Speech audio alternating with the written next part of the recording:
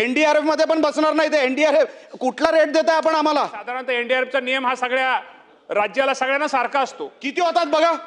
अहो काही चाललंय म्हणजे किती होतात सांगा ना मला. 22,500 रुपये अशी हेक्टरी मदत होती असती. एक मिनिट मंत्री महोदय, एक मिनिट. सदस्यांनी मंत्री महोदयांना प्रश्न विचारल्यानंतर उत्तर तरी ऐकून घ्या. एनडीआरएफ नॉर्मच्या पलीकडे जाऊन मदत देण्याची स्पेशल केस करण्याची तयारी राज्य सरकारची आहे अध्यक्ष महोदय. हे मी तुम्हाला शाश्वती देतो अध्यक्ष महोदय. का जो अहवाल खाली गेलेला आहे अध्यक्ष महोदय तो 90% नुकसानाचा आहे जो निलेश राणे साहेबांनी सांगतायत. अध्यक्ष महोदय, मंत्री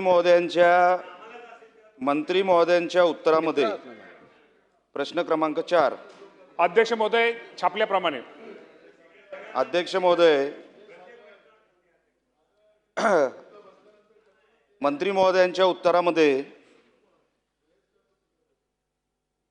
माननीय मंत्री महोदयांनी उत्तर वाचलंय असं मी गृहीत धरतो. पण जे काय उत्तर आहे अध्यक्ष महोदय त्याच्यामध्ये असं काही जमिनीवर घडलेलंच नाही असं माझं म्हणणं आहे. अध्यक्ष महोदय, उत्तरामध्ये असं लिहिलंय की डॉक्टर बाळासाहेब सावंत कोकण कृषी विद्यापीठ दापोली व कृषी विभागाने संयुक्त क्षेत्रीय पाहणी केली. अध्यक्ष महोदय, अशी कधी पाहणीच झाली नाही. आणि जर झाली असेल तर कुठल्या दिवशी झाली, कोणाकोणाला घेऊन, कुठल्या टीमनी, कुठल्या तालुक्यामध्ये, कुठल्या गावामध्ये ते लोक गेले, ह्याची आम्हाला कधीतरी माहिती द्यावी अध्यक्ष महोदय. दुसरा विषय असा आहे की ही जी कृषी विद्यापीठ आहे अध्यक्ष महोदय, ही नेमकं काय संशोधन करते कोकणामध्ये आम्हाला काय कळायला मार्ग नाही. त्याचा फायदा आमच्या शेतकऱ्यांना किती होतो आम्हाला काय माहीत नाही. फंडिंगच्या नावाखाली आपण सातत्याने कृषी विद्यापीठाला पैसे देतो राज्य सरकार म्हणून, पण त्याचं रूपांतर शेतकऱ्यांच्या फायद्याचं किती होतं अजूनपर्यंत कळायला मार्ग नाही. दुसरा विषय असा आहे, एकतर आपण ही माहिती अशी चुकीची दिली आहे मंत्री महोदय. अवकाळी पाऊस आला कधी? फेब्रुवारीच्या अखेरीस. आपण कृषी अधिकाऱ्याला जे पत्र पाठवलं आयुक्तांकडे ते 27/3/2026 ला पाठवलं. त्याच्यानंतर परत एकदा एप्रिल महिन्यामध्ये आपण पाठवलं. अवकाळी पाऊस अध्यक्ष महोदय आलाय कधी? फेब्रुवारीच्या अखेरीस. पंचनाम्याची मागणी कधी केली डिपार्टमेंटनी? 27/3/2026. आता खाली असं लिहिलंय उत्तरामध्ये की हा अहवाल सादर करण्याची कारवाई सुरू आहे. हे साफ खोटे अध्यक्ष महोदय. मंत्री महोदय, अहवाल सादर झालेला आहे. 16/6/2026 ला अहवाल सादर झालेला आहे. आपण चुकीची माहिती सभागृहाला का देताय की अहवालच सादर झालेला नाही? आमच्या सिंधुदुर्ग जिल्ह्यामधून कृषी अधिकाऱ्यांनी, कृषी अधीक्षकांनी अहवाल वरती पाठवलेला आहे 16/6/2026 मध्ये. मग आपण उत्तरामध्ये असं का देताय की अहवालच आलेला नाही? आता पंचनाम्याची तुम्ही पंचनामा केलाय कधी? 27/3/2026. साहेब 3.5 महिने लागतात पंचनाम्यासाठी. सिंधुदुर्ग जिल्हा आहे केवढा? 3 साडेतीन महिने. हे पण आत्ता का अहवाल पाठवला? आता अधिवेशन सुरू होतंय म्हणून. अधिवेशनाच्या तोंडावर तुम्ही अहवाल सादर करता आणि मंत्री महोदयांना माहिती सुद्धा नाही की अहवाल सादर झालेला आहे. अच्छा, एनडीआरएफचा आपण नॉर्म सांगितला मंत्री महोदय. एनडीआरएफ मध्ये आपण पर हेक्टरी किती देणार आहेत एकदा जाहीर करा. कोकण कुठल्या निकषामध्ये येतं एकदा जाहीर करा. एनडीआरएफच्या नॉर्म मध्ये पर हेक्टरी आपण किती देणार आहोत? अच्छा, मागणी कितीची आहे? शेवटची मागणी अध्यक्ष महोदय 2006 ला आंबा आणि काजू उत्पादकांना किंवा शेतकऱ्यांना मदत मिळाली 2006 मध्ये. आमचा आंबा आणि काजू शेतकरी त्याच्यानंतर त्याला काहीच मिळालेलं नाही. 2006 मध्ये जेव्हा आमच्या शेतकऱ्यांना आंबा आणि काजू शेतकऱ्यांना मदत मिळाली, आम्ही आता 2026 मध्ये आम्हाला तुमच्याकडे नुकसान भरपाई मागतोय. तुम्ही आम्हाला एनडीआरएफच्या नॉर्म खाली नेमकी ती पर हेक्टरी किती मदत करणार ते जाहीर करा. आणि मागणी कितीची आहे? जवळपास 50,000 ते 1,00,000 पर हेक्टरीची. एनडीआरएफचा नॉर्म काय सांगतो अध्यक्ष महोदय? 22,500. ह्यांचं काय होणार आहे अध्यक्ष महोदय त्याच्यामध्ये? माझी विनंती आहे मंत्री महोदयांना, अध्यक्ष महोदय आपल्या माध्यमातून, एक तर ही रक्कम ही 50,000 हेक्टरी किमान व्हावी किंवा लाखभर हेक्टर केलं तर तुमचं अभिनंदन, अख्ख्या कोकणामध्ये तुमचं अभिनंदन करू. आणि त्या कृषी विद्यापीठाला एकदा त्या कृषी विद्यापीठाचं काहीतरी बंदोबस्त करा अध्यक्ष महोदय. या आता ती कृषी विद्यापीठ बंद करा किंवा त्यांचं फंडिंग बंद करा. सगळे खोटे अहवाल देत आहेत ते, एकही शेतकऱ्याला त्याचा फायदा होत नाही. ती नेमकी कृषी विद्यापीठ करते काय, एकदा त्याच्यावर व्हाईट पेपर काढा अध्यक्ष महोदय, माझी विनंती आहे. आणि शेवटचा मुद्दा असा, साहेब सभागृहाला ही खोटी इन्फॉर्मेशन येता कामा नये, ह्याच्यासाठी आपण आपल्या इंटर डिपार्टमेंटमध्ये आपल्याला जी काही कारवाई करायची ती करा, त्यांना निर्देश द्या. ही कुठली माहिती आपण सभागृहामध्ये देताय, त्यांच्यावर कारवाई आपण करणार आहात का? आणि हे जे काय आमचे पैसे आहेत हे आपण कधी देणार आहात हे एकदा जाहीर करा, आणि प्रति हेक्टरी आपण किती देणार आहात? चला मंत्री महोदय. अध्यक्ष महोदय, खरं तर निलेश राणे साहेबांनी हा जो कोकणातला जो प्रश्न आंबा काजू बागायतदार शेतकऱ्यांच्या नुकसान भरपाईचा जो प्रश्न विचारला तो खरं तर अत्यंत महत्त्वाचा आहे आणि शासनाला याचं गांभीर्य आहे. अध्यक्ष महोदय, या संदर्भामध्ये या राज्याचे मुख्यमंत्री देवेंद्र फडणवीस साहेब असतील, शिंदे साहेब असतील, सुनेत्रावहिनी पवार असतील आणि कोकण भागातले माननीय मंत्री महोदय असतील, सर्व आमदार महोदय असतील, या सर्वांची बैठक स्वतः मुख्यमंत्री महोदयांनी ताबडतोब घेतली. आणि राणेसाहेब म्हटले त्याप्रमाणे गोष्ट खरे की या बाबतीमध्ये निश्चित प्रकारे ह्या सर्वांना जे शेतकरी आहेत त्या शेतकऱ्यांना कुठेतरी चांगल्या प्रकारची नुकसान भरपाई मिळावी ही त्यांची मागणी होती.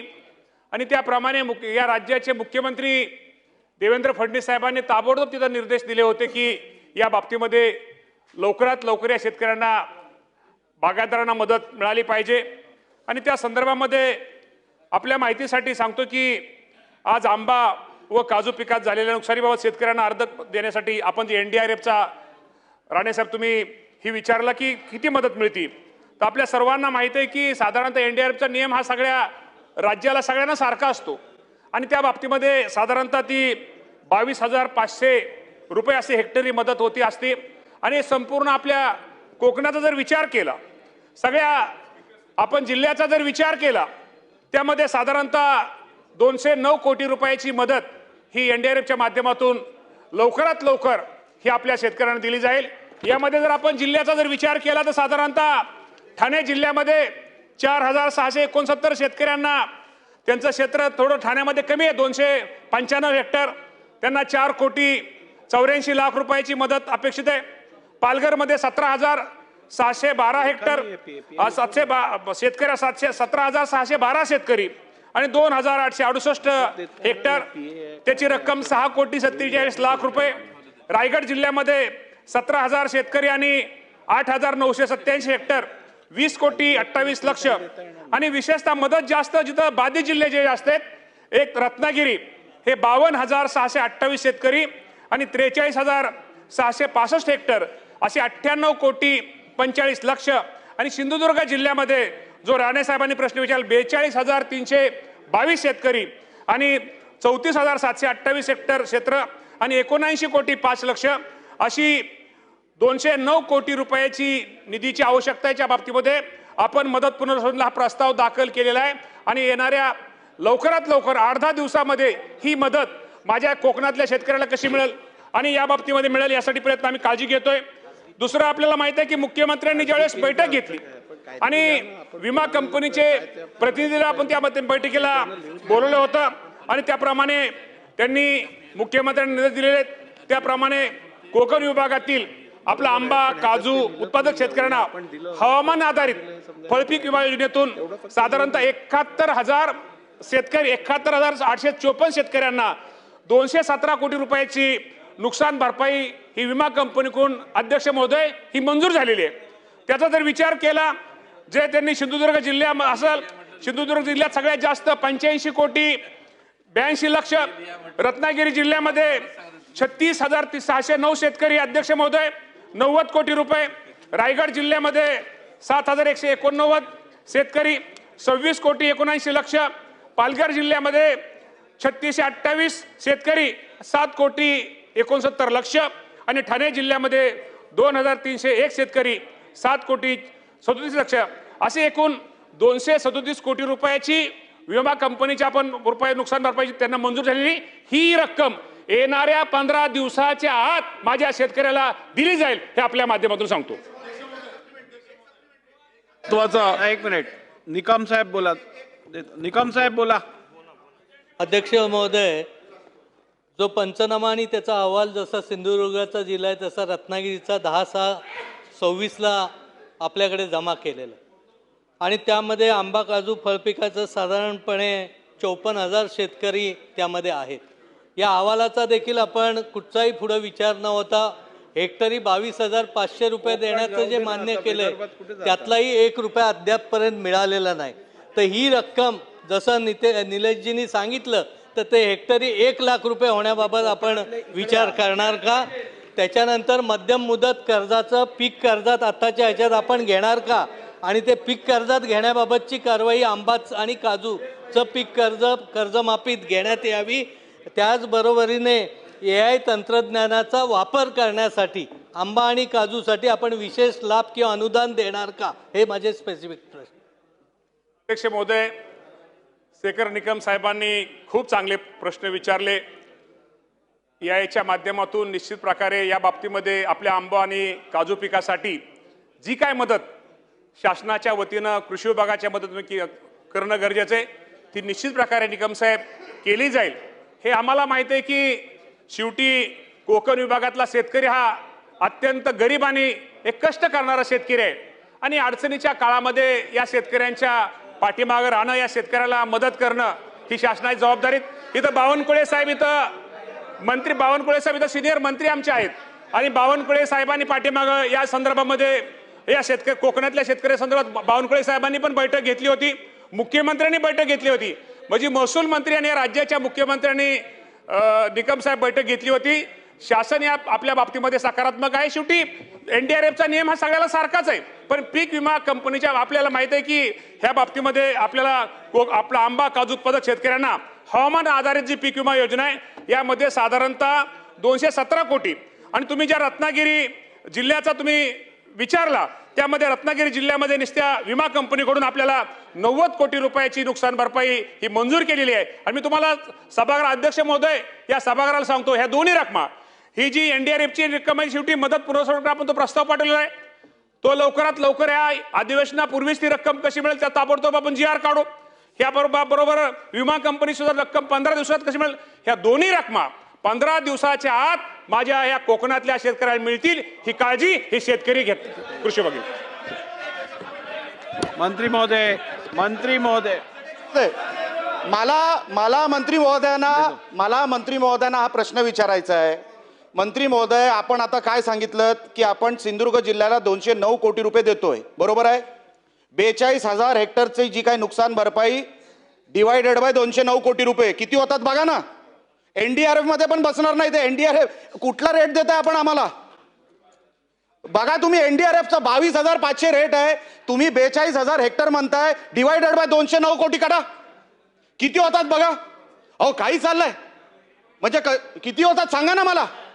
म्हणजे पर हेक्टरी NDRFचा नॉर्म काय सांगतो मंत्री महोदय? 22,500. आम्ही मागणी किती करतोय? लाखभर रुपये तुम्ही आम्हाला नुकसान भरपाई द्या आणि तुम्ही आम्हाला काय 200-300 रुपये देताय?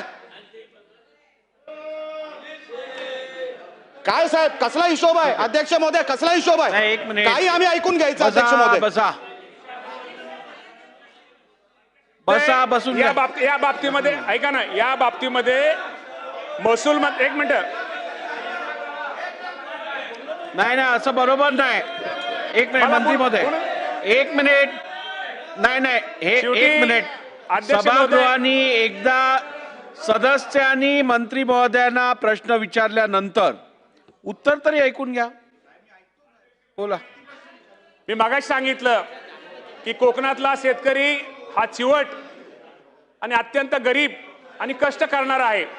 या बाबतीमध्ये स्वतः मुख्यमंत्री आणि महसूल मंत्री या दोघांनी आमच्या सगळ्यांच्या बैठक घेतल्या होत्या. या बाबतीमध्ये शेवटी NDRFचा नियम तर पाटील साहेब सगळ्यांना सारखा आहे, त्यामध्ये आपण हे करू शकत नाही.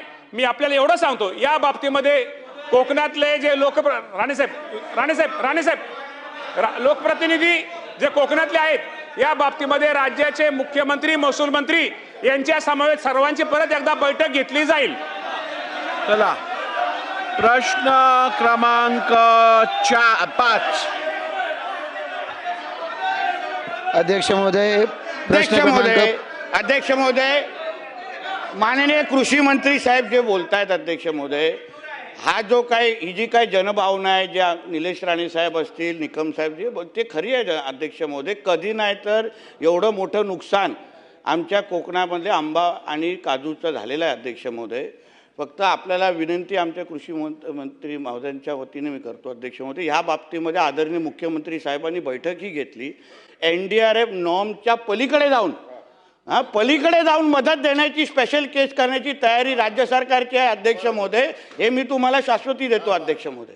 म्हणजे NDRF नॉर्मच्या पलीकडे जाऊन, कारण का जो अहवाल खाली गेलेला आहे अध्यक्ष महोदय तो 90% नुकसानाचा आहे, जो निलेश राणे साहेबांनी सांगतायत 90% नुकसान. त्याच्या अनुसार कधी नाही की जेवढी मदत राज्य सरकारच्या वतीने आंबा आणि काजू शेतकऱ्यांना भेटेल ठीक आहे. हे सभागृहाला मी सांगू इच्छितो अध्यक्ष महोदय.